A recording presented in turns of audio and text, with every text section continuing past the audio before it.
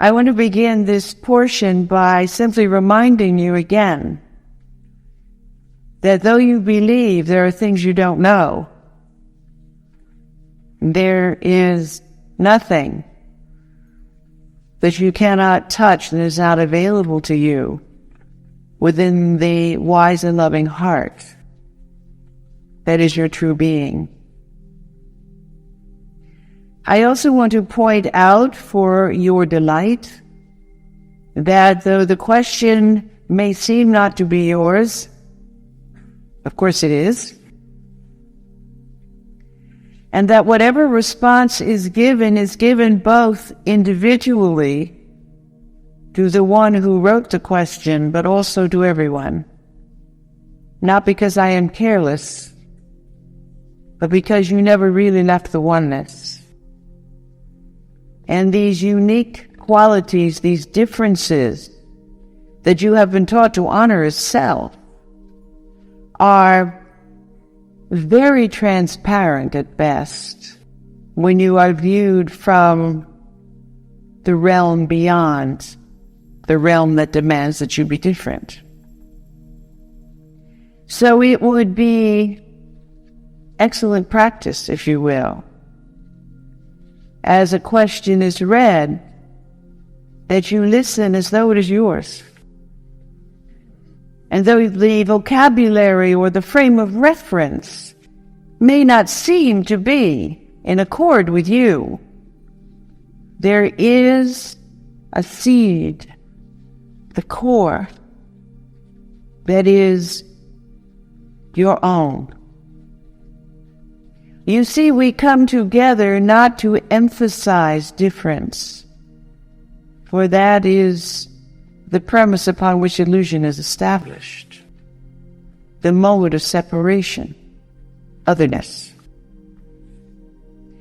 But to stir, as I have said, the memory of your oneness, and therefore then of your vast capacity, essential in this lifetime, both for yourself and for your planet, to touch again the totality of all it is in the name of that unit of perfect love that you have all been called to bring again into consciousness upon the earth. So though we may be reading and answering questions for a short while that represent in their attitude and viewpoint otherness, separation, at the same time, let us also bring forth the oneness. For is this not what you are all about? Bringing light into darkness, remembering into forgetting. Love into areas where love seems not to be. Bringing the angel and human to the same point in the moment of now. That is the point of transformation. And so let us begin. What is love? I know I have felt and experienced it at times, but mostly I don't live in love or with love, at least not consciously. Emmanuel, I would like to hear what you have to say about love. Well, of course, fundamentally, that's all I ever talk about. But the nature of your question is understandable because you have experienced the pain of separation. And I, in this particular mode of my experiencing, have forgotten it and live only in the joy of the union. What is love? Well, let us begin to explore in as many avenues as we are capable of doing. Love is who you are when you are not wrapped in fear. And that perhaps is the most succinct response that I can offer anyone. Love is who you are when you are not holding the hand of fear. Love is the impulse from the heart. Love is the song of your life. And in human terms, love are those precious moments when your vision clears, your history vanishes, and you are present in the moment of now. No matter what you are doing in that moment, no matter what seems to be taking place, if you are present, love is there. To the degree that you deny yourself your presence, love is not there. What else is love? Love is faith. Love is a willingness to say, I don't know, but I know it's all right. Love is surrender. Not to another human being's demands, but to your own dreams. Love has most to do with you and your relationship to self. And then your relationship to other, or what seems to be other. First, you must fall in love with yourself. To the extent that you love and honor your own being, to that extent and only to that extent, are you able to allow others to love you, or are you able to love others? The door of love is the door of love. And it is opened, or it is not. If it is slightly ajar, if you greet yourself some mornings with tolerance, then you allow others to greet you with tolerance. And you greet others as well. And that way, no, you say, Emmanuel, I'm much more loving to other people than I am to myself. Can it be? You may perform loving to others with much greater degree than you do to yourself. Loving? Haven't you noticed when those magic moments come and you have met another human being that seems to reflect back to you the light of who you remember you are? In other words, when you fall in love, those magic moments when the world is lighted, and your wings seem to have already unfurled, and you cannot help but smile at yourself in the mirror. Those wondrous moments you have all touched from time to time. Are you not aware then of how benignly you view the world? And if one were to bring you some cruel and vicious dictator who had caused the suffering of many people, your first impulse would be, oh, that dear person. They're just confused and lost. Remember those times and how quickly they fade.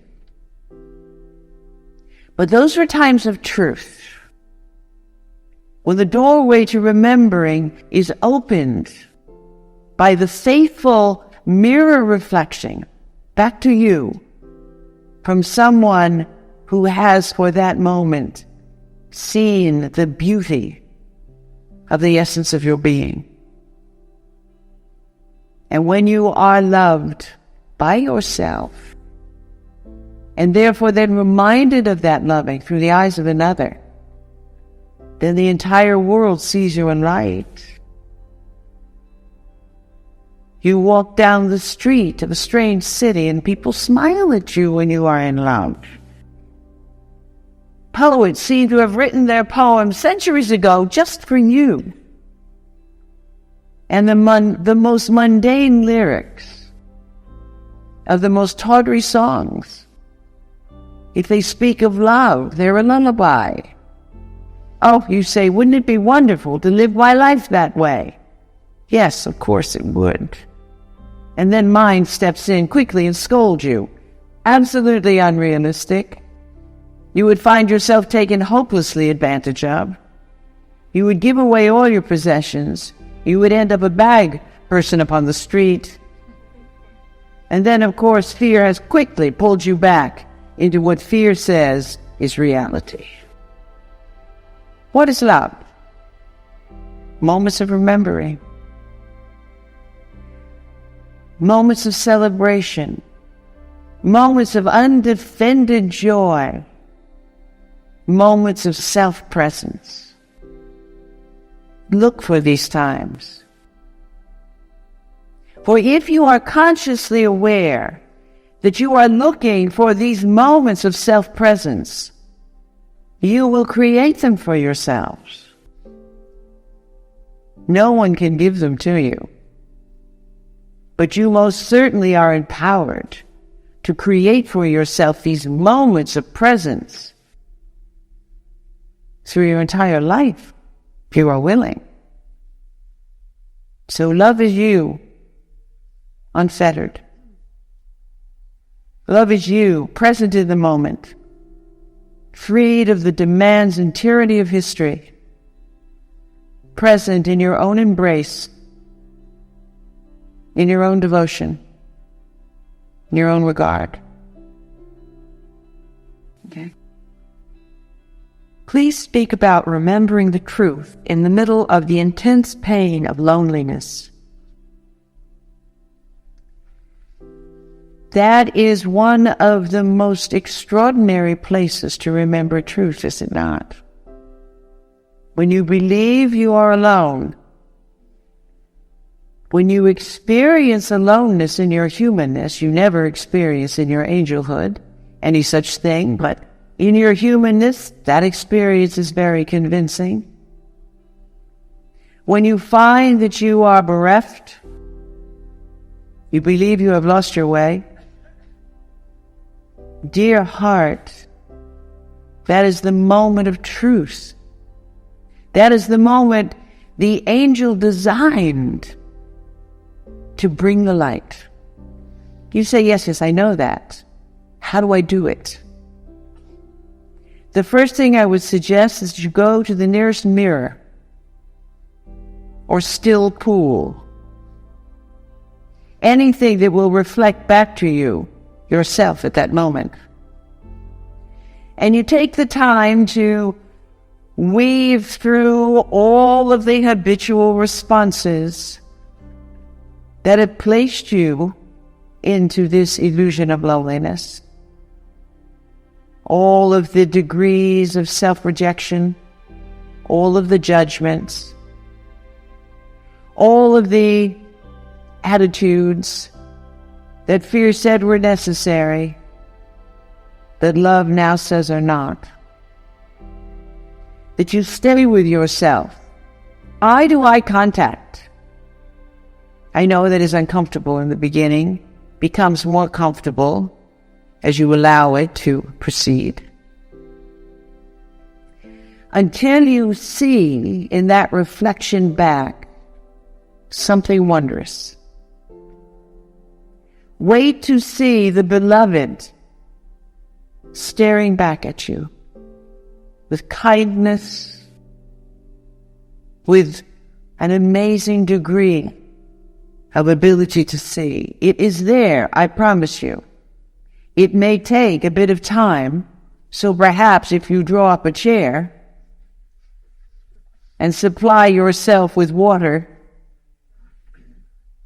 even something to eat, perhaps a pillow to put your head down. But remain there until you see love in the eyes of the reflection for you. There will be no loneliness. Truth will have arrived. And then, of course, because you are human, the mind will say, all right, well, that was an interesting exercise. But it didn't prove anything, did it?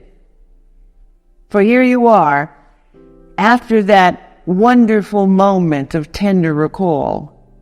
Here you are, back into the loneliness again. But I promise you, that voice will have lost its power. And the truth is that you are present. That's all the truth you will ever need to know. From that presence, miracles can come. Are you aware of that? From the moment of self-remembering, all things are possible. From the moment of self-loving, heaven and earth become one. And then there is no way that the mind can imagine what the next breath or next step will bring. It will not be loneliness. I promise you that. Could you speak to the struggle with aspiring to do God's will? When do I remain passive and when do I take action? Also the struggle with trusting my own judgment. Also the struggle with finding my life partner. Fear is overly fond of that word, is it not? Struggle. Let us, just for a moment, dare to set that word aside. Not that I am in any manner dishonoring your experience, of course not. You experience struggle, not because it is real, but because you have been strongly advised in your life. In your lives, if you will. But struggle is necessary. You see the top of the mountain, and I speak in symbols, and you say, oh, I'll never get up there. It's a terribly long walk. I'm going to be exhausted. I'll have to manage all sorts of disciplines. I will have to be strict with myself. I will have to control my human nature. I will have to struggle with my human nature. I will have to become different than I really am. And already you have set up enormous areas of difficulty. Not because they are necessary, but because you believe they are necessary. God's will and your dream are the same thing. God's will and your hope walk hand in hand. So I want to ask you, indeed I want to ask all of you, consider this a homework assignment to be completed at your lunchtime. What is your dream? If all things were possible, no limitation at all of any kind, what would you manifest in your life? What would bring you the greatest joy? What is your open heart telling you?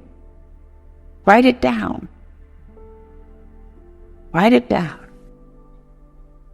As you spend your time with self-replenishing with food, write it down. And bring it back with you. It is very important that you begin to hear the voice of God inside your own hearts. Where you say, all right, what about relationship?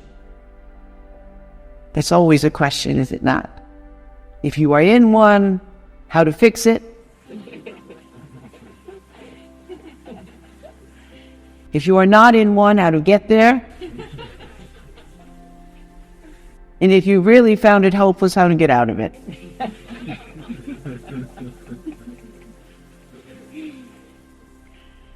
I'm going to say what you know I would say. Your first relationship belongs to you.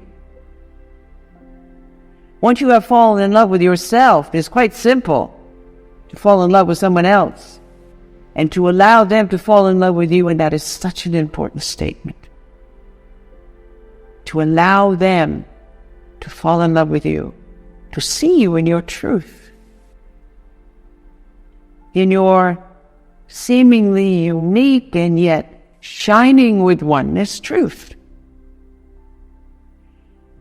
Who you really are is so magnificent, so dear, so tender, so angelically human, or humanly angelic, that you are irresistible. Are you aware of that? But you cannot show that to another human being. unless you first have seen it yourself. You do see the common sense in that, do you not? If someone were to come and adore you, as we in spirit do you not find it difficult to take that in? Oh, yes, you say in your intellect. All right, yes, I am worthy of spirits walking with me. You look at that a moment, and you most embarrassedly set it aside.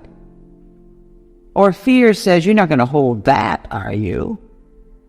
Why, that would make you the buffoon of the world. Put it aside.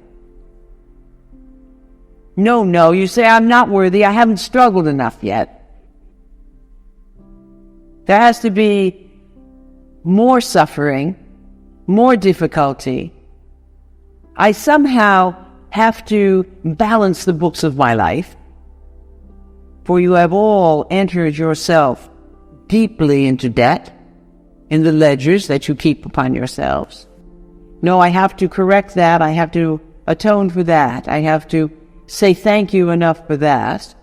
I have to love the ones who abused me. I have to greet and embrace and live with people I can't stand. I have to do all of that. And then, yes, perhaps I'm worthy of being loved, of my own loving. No, this very moment, sitting in what you may regard as the rubble of your imperfection, you are perfect. You are perfect. So begin the most important relationship you will ever have, and that is with yourself. And so when you love yourself, there will be a knock upon the door, or your telephone will ring, or you will accidentally bump into someone at the bus stop, and there will be your companion. But you first must make the way clear. You must be willing to be seen just as you are.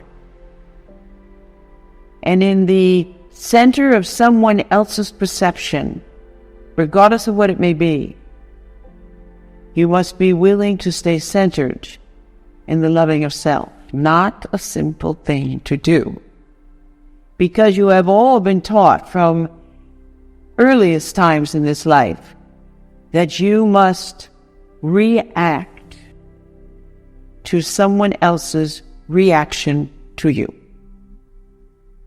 Is that not so? Your mother smiled, you were good. She frowned, you had done something wrong.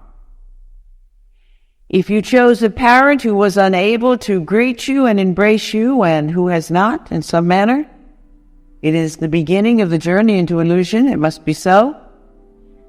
Then you looked to yourself and said, I must be imperfect. The small child's first question is, how did I do that? What's wrong with me?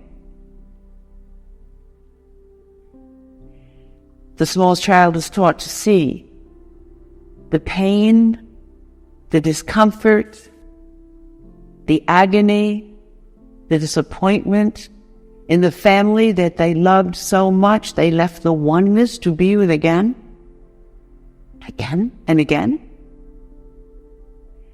The small child sees reflected in that disappointment the erroneous belief that they are the cause of it. So all of your lives, it has been instilled in you that the pain and suffering of the world is somehow your own fault.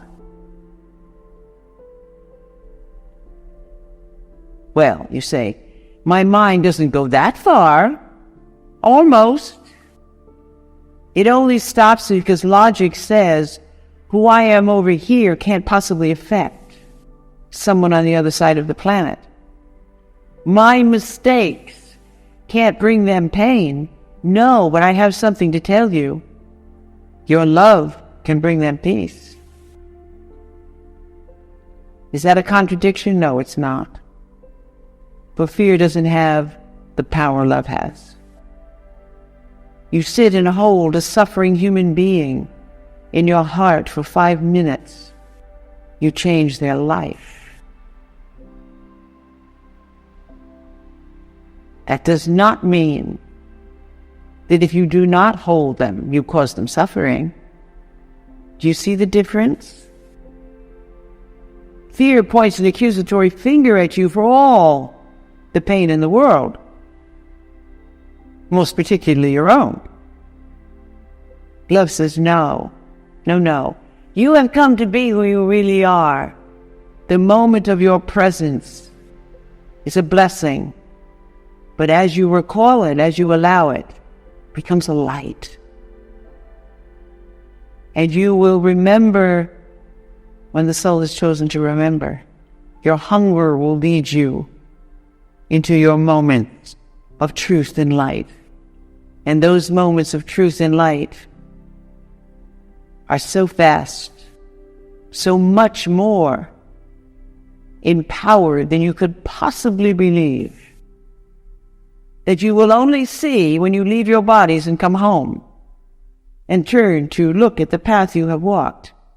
Only then will you see the sparkling jewels of transformation that you have scattered along the way, that hold their power and affect the world until all things return home in light. You are much more than you have ever been told you are, much more than you ever dare to believe.